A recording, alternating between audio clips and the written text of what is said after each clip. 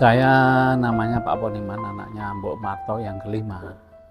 Mangut lele ini sama si mbok saya, Mbok Marto ya, dirintis sama almarhum bapak saya itu dari tahun 69. Dapurnya ya itu. Iya, makanya dinamakan dapur legend, dapur asli itu karena ya itu dapur satu-satunya yang mungkin tidak ada duanya memang ya, yang dipakai simbok dari awal beliau berjualan. Awalnya berjualannya itu keliling mas, gak di sini. Jadi pakai digendong dari tahun 69 hingga 83 itu digendong dari rumah sini sampai Keraton, Malioboro, Beringharjo itu 13 tahun. Nah, ya jalan kaki.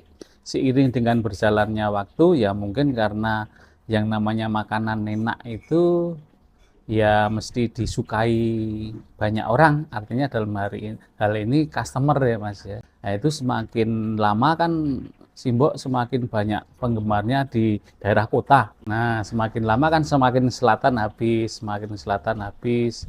Nah terakhir itu tahun 1985 itu diisi itu. Jualan di situ hanya berapa bulan terus udah di sini udah pada tahu semuanya, stay di sini. Ceritanya seperti itu. Ya itu tahun 85 itu. Tahun 85 itu sudah diisi. Saya cuma gendong dari rumah sampai ke kampus isi kan cuma 300 meter ya dari sini. Ya itu sudah habis. Di situ diisi saja udah habis. Akhirnya kan daripada diisi udah ke rumah aja mereka udah tahu. Nah, itu sudah stay di rumah.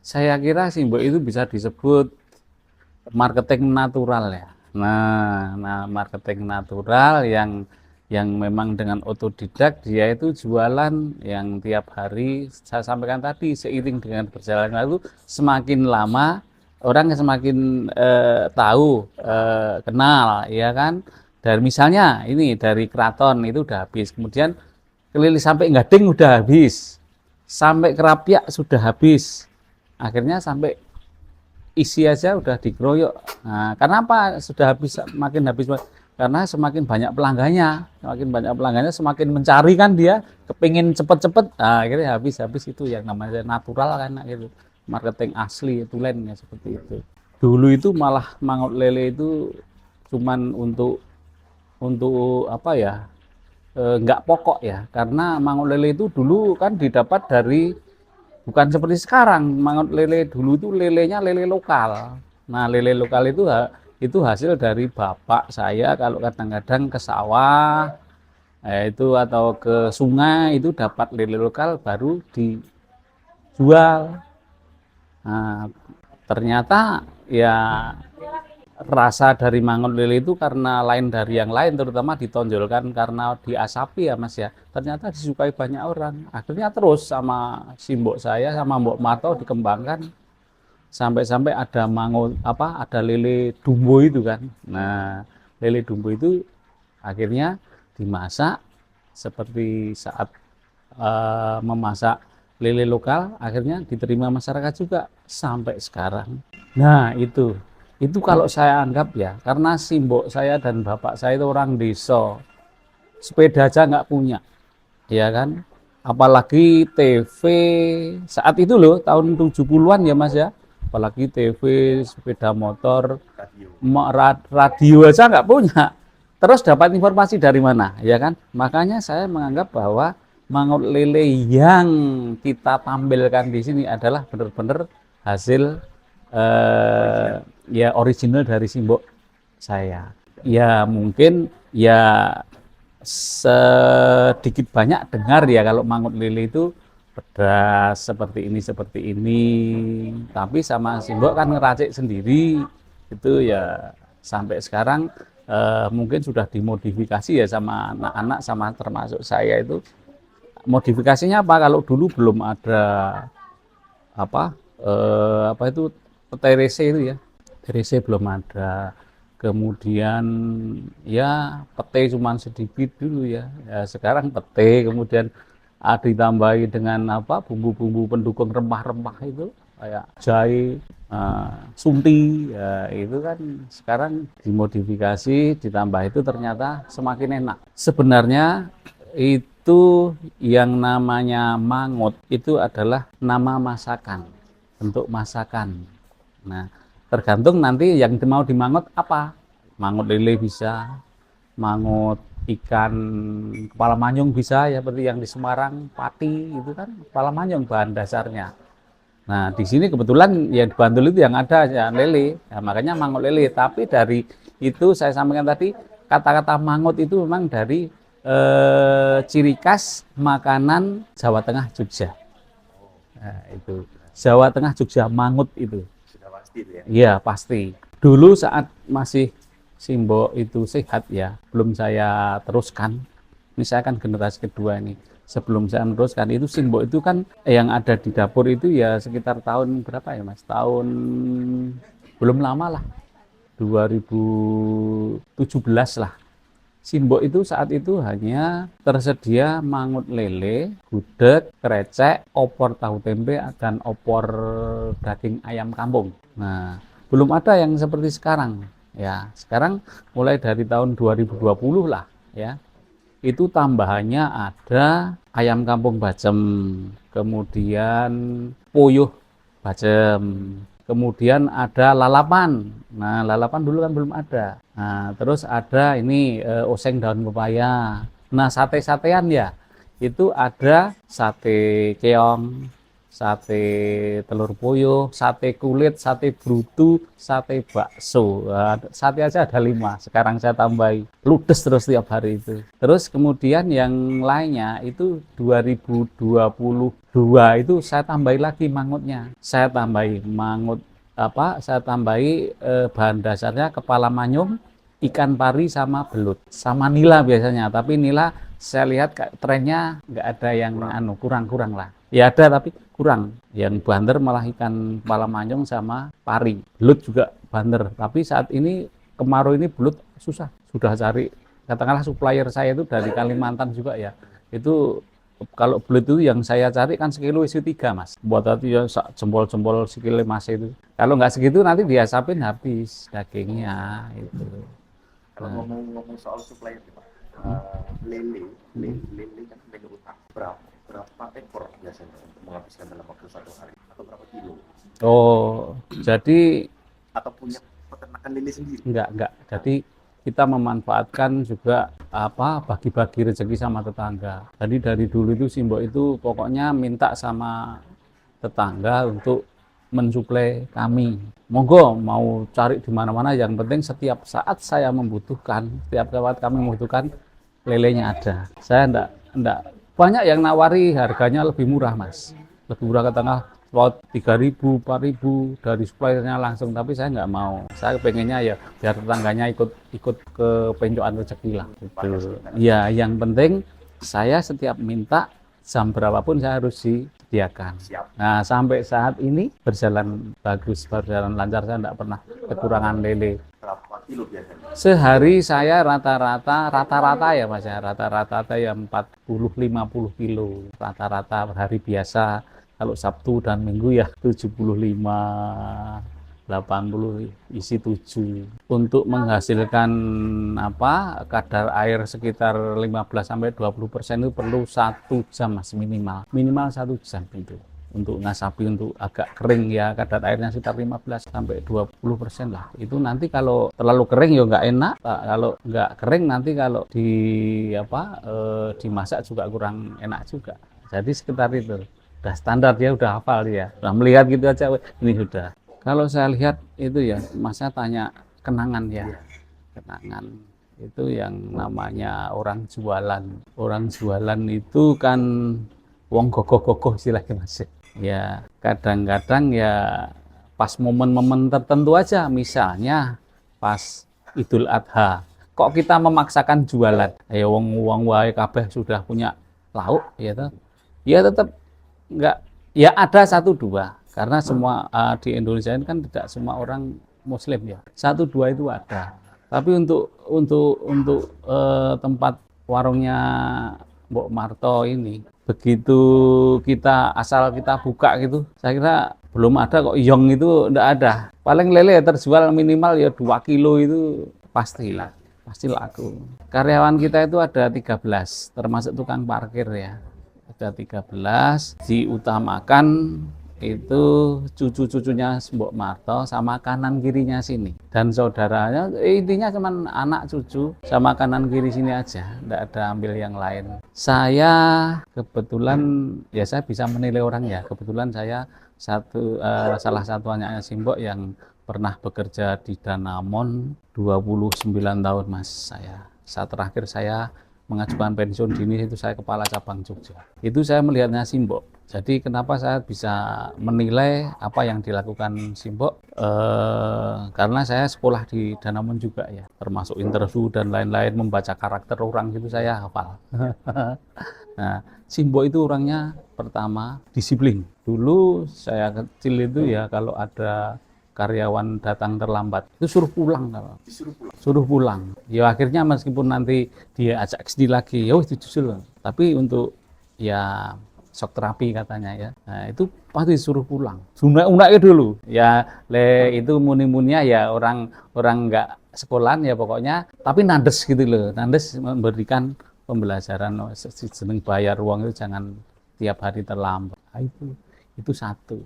Nomor satu disiplin, yang kedua kerja keras. Dari dulu sampai sekarang Simbok itu tidak pernah libur kecuali hari-hari besar, kecuali ada tetangga sini yang deket itu meninggal atau apa itu baru.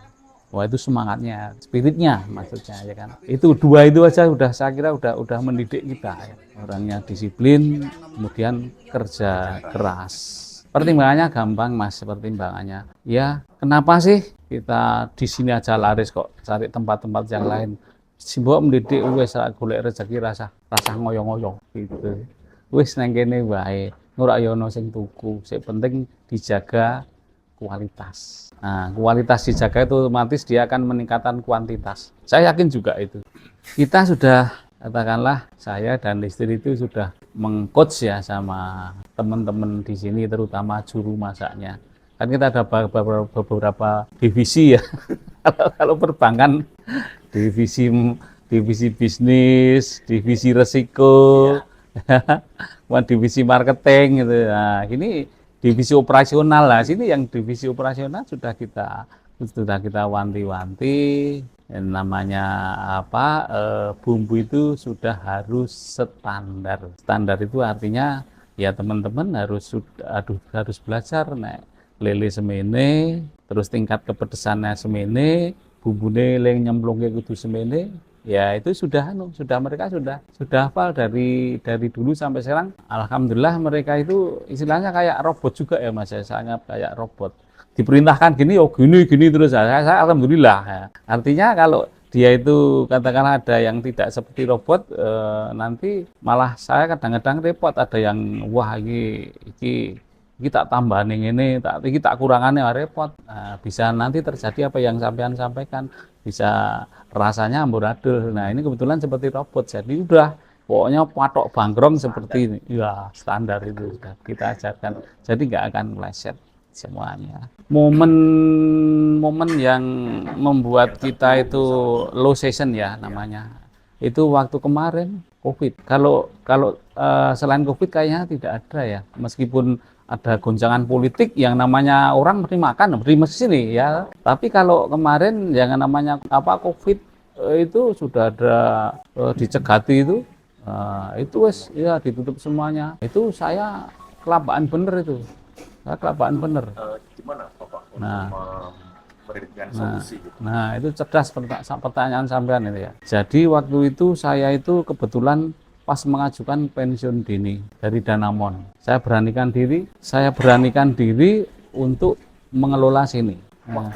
Waktu sebelum COVID saya. Terus terang waktu itu saya masih punya kewajiban utang tapi untuk investasi ya. Nah, tapi saya beranikan diri ya. Ternyata berjalan berapa bulan itu COVID datang. Nah, saya kan mumet ya Mas ya. Lah sing teko ora ono di apa PPKM apa itu? Apa di apa? Pokoknya apa selali pokoknya ya. Nah, itu enggak boleh orang lewat. Ya satu dua ada. Nah, itu akhirnya saya punya ide Mas. Saya menciptakan frozen itu. Itu benar-benar ide 100% dari saya itu. Saya menciptakan frozen. Coba saya belajar caranya merosen gimana. Saya beli mesin itu penyedot itu, vakum itu. Terus beli plastik yang untuk saya coba. Ini saya karyawan saya kan jodoh nganggur mas, ya kan. Ya mesake nek tak kon leren, ya saya suruh masuk. Nah saya kasih petunjuk, saya baca-baca yang nama frozen itu kayak gini caranya. Nah akhirnya bener bener saya ajari frozen dan sampai sekarang malah laris. Nah, ya saat COVID juga laris mas karena begitu itu tercipta dan hasilnya bagus, saya gencarkan di medsos. Saya kan orang marketing juga kan. Piye carane saya lewat IG, lewat Facebook, lewat WA dan lain-lain. Saya sebarkan itu ya cepet getok tularnya itu ternyata cepet. Akhirnya sampai sekarang. Iya itu. Iya seumur-umur ya baru pas COVID itu. Dan bertahan sampai sekarang. Iya, ya. Terus kita kenal Paxel itu ya karena Paxel ya. Itu ya karena itu. Nah, saya kan belajar baca-baca sama anak saya itu piye caranya ngirim ke Jakarta, ke Kalimantan. Nah, itu ternyata ada Paxel itu kan. Nah, saya orderkan pakai aplikasi. Nah, terus setiap pembeli kan saya sediain itu kartu nama saya kan. Nah, terus saya perlihatkan itu lemari esnya itu ini kan penuh frozen semuanya. Itu kalau liburan itu, misalnya liburannya itu 1 minggu, 2 hari udah habis mas. Setelah liburan itu kita nggak bisa buat frozen lagi. Karena apa ya? Sudah sibuk ngeladeni yang di sini. Frozen sampai ketinggalan. Gitu. Alhamdulillah. Setelah saya pegang itu, ya growth-nya itu, kalau itu saya nggak pernah ya mas. Nggak pernah. Misalnya sehari itu minimal ya 200 orang pasti ada. Kapasitas di sini ada berapa sih, Pak? 180 sama depan sana itu. Jangan lupa kita sudah bisa pakai bus loh. Nah, kita sudah punya tempat parkir bus, muat 5 bus. Nanti aja ada 2 nanti. Ada 2 bus. Nah, jadi ke tempat kita pandu ya, tukang parkir kita jemput di Jalan Parangtritis, busnya kita pandu cuman sekitar 400 meter ya. Ya itu kita pandu ke tempat parkir bus. Nah, dari bus ke sini kira-kira 300 meter kita tarik pakai kereta odong-odong gratis. Nah, nanti ini kebetulan pas jalan ceritanya. Nanti tak kasih anunya ya. Tolong apa yang saya sampaikan ini nanti biar menarik gitu ya kan. Nah, prosesnya ada ke mana ada fasilitas baru dari yang mereka rombongan pakai bus sudah disediain tempat parkir muat 5 big bus itu. Terus dari tempat parkir ke warung ditarik pakai kereta odong-odong gratis muat 50 orang. Itu memang saya sediakan seperti itu. Itu biasanya kalau di situ perlu booking dulu. Iya, reservasi. Karena kalau nggak reservasi, katakanlah satu bus itu kan lebih dari 30, katakan 30 ya mas ya.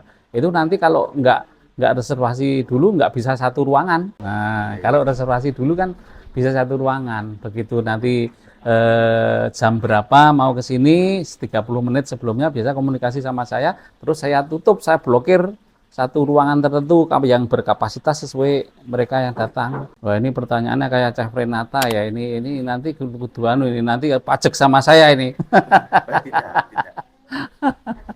Orang keguyon mas, keguyon ora. Mungkin nanti akan tambah menu lagi. Nah harapan saya ya, terutama pertama satu untuk warung saya ini Mangut Lele Mbok Marto Dapur Asli ini, harapan saya ya nanti menu itu baru saya diskusikan lagi ya sama teman-teman. Ya saya kan saat ini kepala manyung sama ikan pari itu saya impor dari Demak. Nah ini saya baru konsultasi sama supplier saya Demak. Selain itu apa? Selain kepala manyung dan ikan pari itu apa yang laris di sana? Nah, dan coraknya adalah asapan.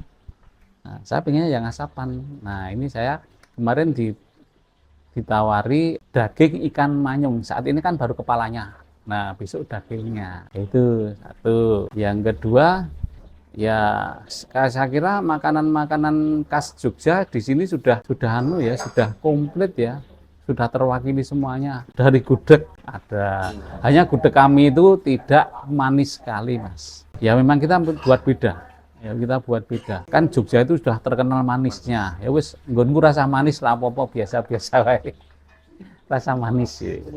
Gitu ya. Itu harapan saya ya itu cuman ada nanti ada bahan dasar mangut lagi selain itu. Nah, kalau yang lain-lainnya tadi sudah sampaikan semuanya ada di sini. Oseng-oseng juga ada, oseng daun kates itu juga sudah mewakili ya kan? Sayur-sayuran ada. Nah, kemudian secara harapan secara umum ya, secara general itu mari ya, Nusantara itu kan banyak sekali makanan-makanan atau kuliner-kuliner tradisional yang mungkin belum bisa ditampilkan. Nah, ini mungkin yang saudara-saudara kita baik di luar Jawa atau di Jawa sini yang punya potensi seperti itu. Nah, itu mari kita kembangkan lagi. Ya, kita kulturnya itu kan kalau Indonesia itu kan sangat-sangat sangat-sangat ciri khas ya.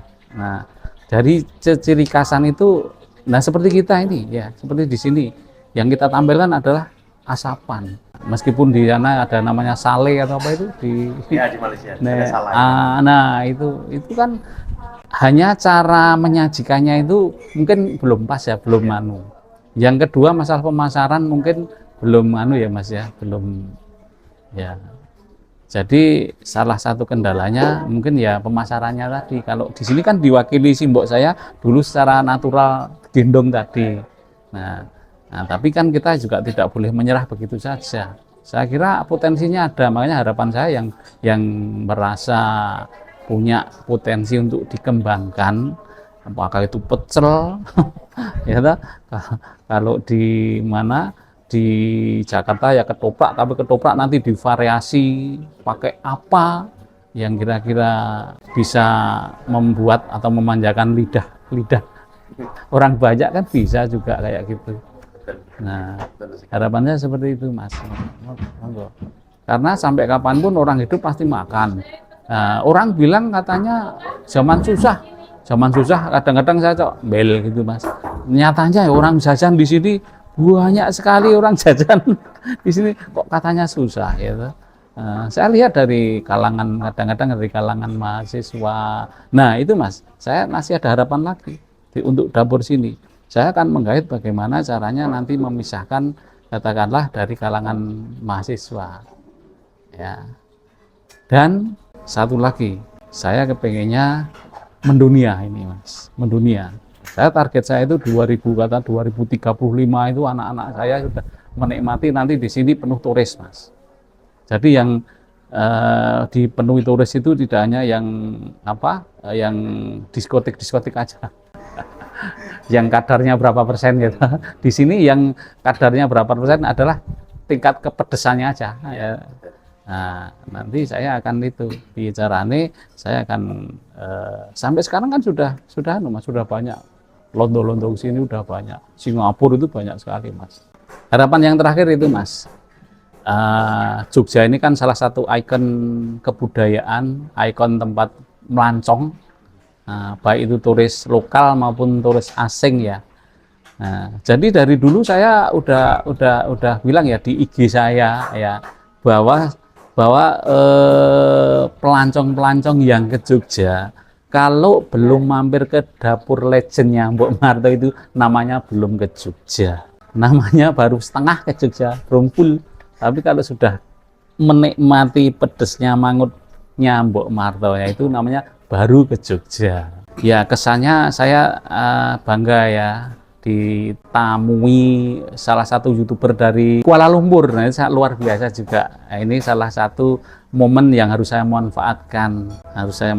Ya. Kesannya saya senang sekali ya, bangga sekali. Sampean bawa kamera kayak gini, saya yakin nanti akan getok tular. Nah, yang luar biasa yang namanya medsos itu, saya kira nanti akan sangat signifikan sekali untuk membantu pemasaran saya. Untuk pesannya ya, tolong teman-teman Masnya kolega ataupun semua yang bisa Mas kenali untuk diajak rawuh ke sini, untuk diajak menikmati. Alamatnya Mangut Lele, dapur asli Mbok Marto Ijoyo, Jalan Siwon Indah, Yogyakarta. Nah, Jakarta, Bandung, Surabaya, Bali, Sumatera, dan Kalimantan. Monggo Bapak Ibu, bagi yang mau pesen silahkan WA saja di 081 2270 1724. Sik, buka semua.